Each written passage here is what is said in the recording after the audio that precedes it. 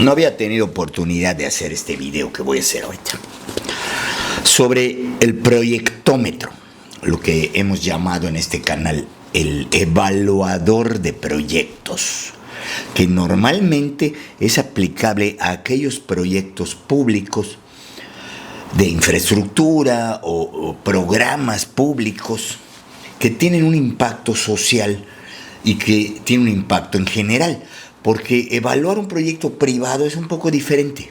Cuando se hace una inversión privada, ya sea inmobiliaria o en alguna empresa, se evalúa la oferta y la demanda, el precio, los suplementarios, los complementarios, la competencia, el comportamiento del consumidor.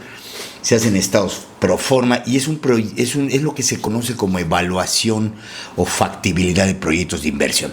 Es un poco diferente, pero cuando se agarran recursos públicos y se mete a un sistema de programas, digamos, de reglas de operación, todo cambia, porque ahora son recursos públicos, tienen que estar en el presupuesto de egresos, tiene que haber licitaciones, no es dinero del gobernante, tiene que haber un proceso de ley que se debe cumplir, etc.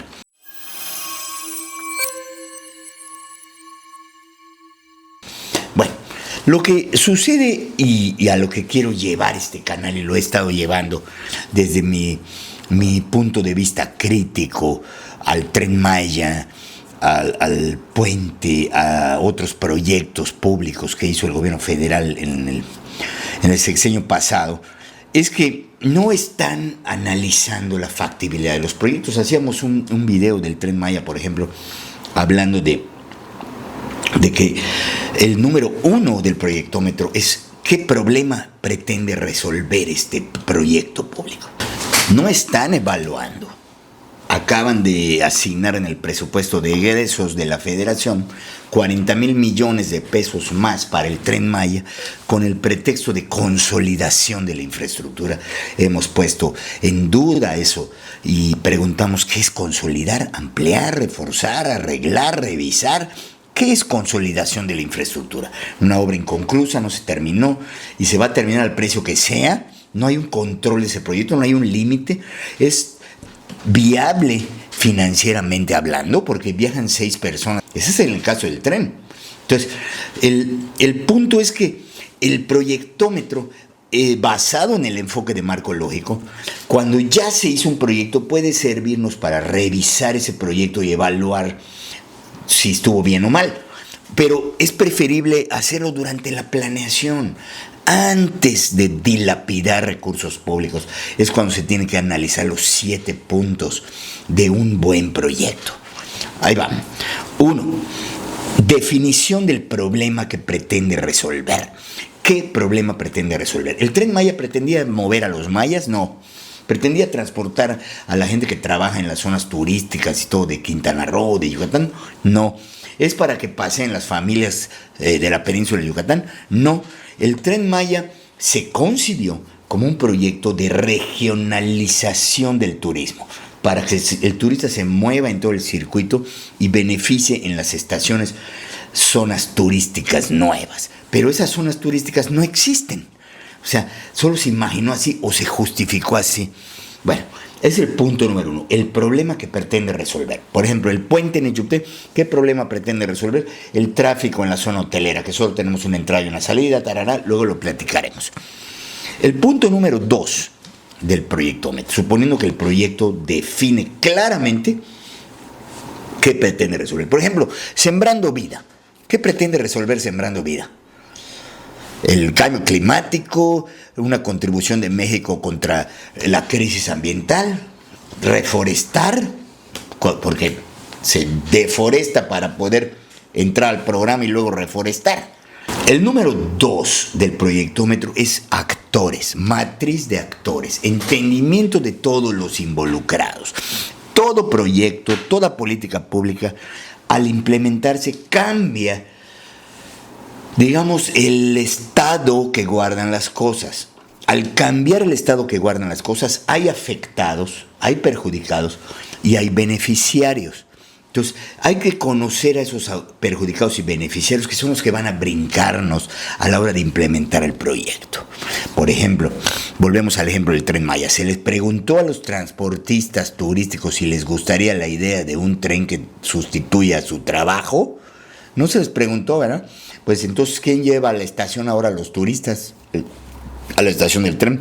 Pues yo manejar una combi y viene un turista y me dice, ¿quieres ir a Playa del Carmen? Yo no le voy a decir, te cobro 50 pesos para llevarte a la estación. No, yo le voy a decir, te cobro 3,000 para llevarte yo a Playa del Carmen. Son los actores que habían. Era el juego. Y hay que jugar con esos actores, integrarlos de alguna manera, con mecanismos de transportación, por ejemplo, subsidios, no lo sé. Es un ejemplo nada más. Esa es la matriz de actores, de los involucrados.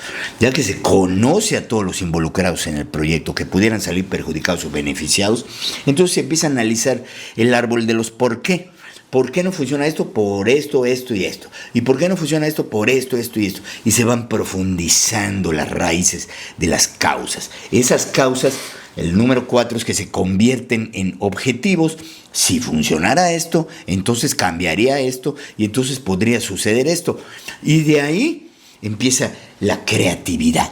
¿Qué alternativas viables financieramente, viables ambientalmente, viables socialmente, viables técnicamente podemos implementar? Por ejemplo, cuando yo hice el proyecto de la basura de Cancún, había 5,000 tecnologías israelitas, alemanas y todo que transformaban la basura en oro, pero costaban 50,000 millones de dólares.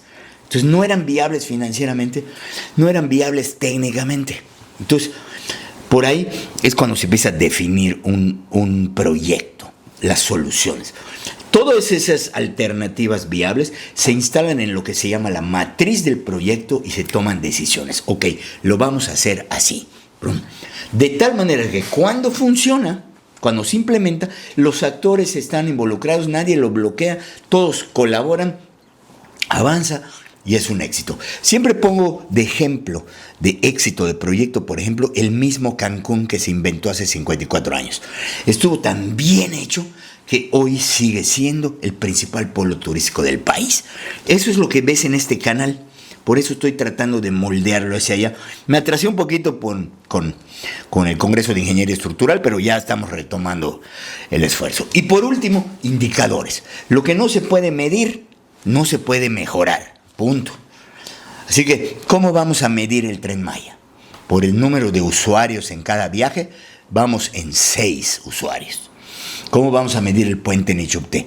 Por el número de personas que ya no pierden 2 horas en el tráfico o el número de usuarios del puente. Bueno, todavía no se inaugura, va al 50%.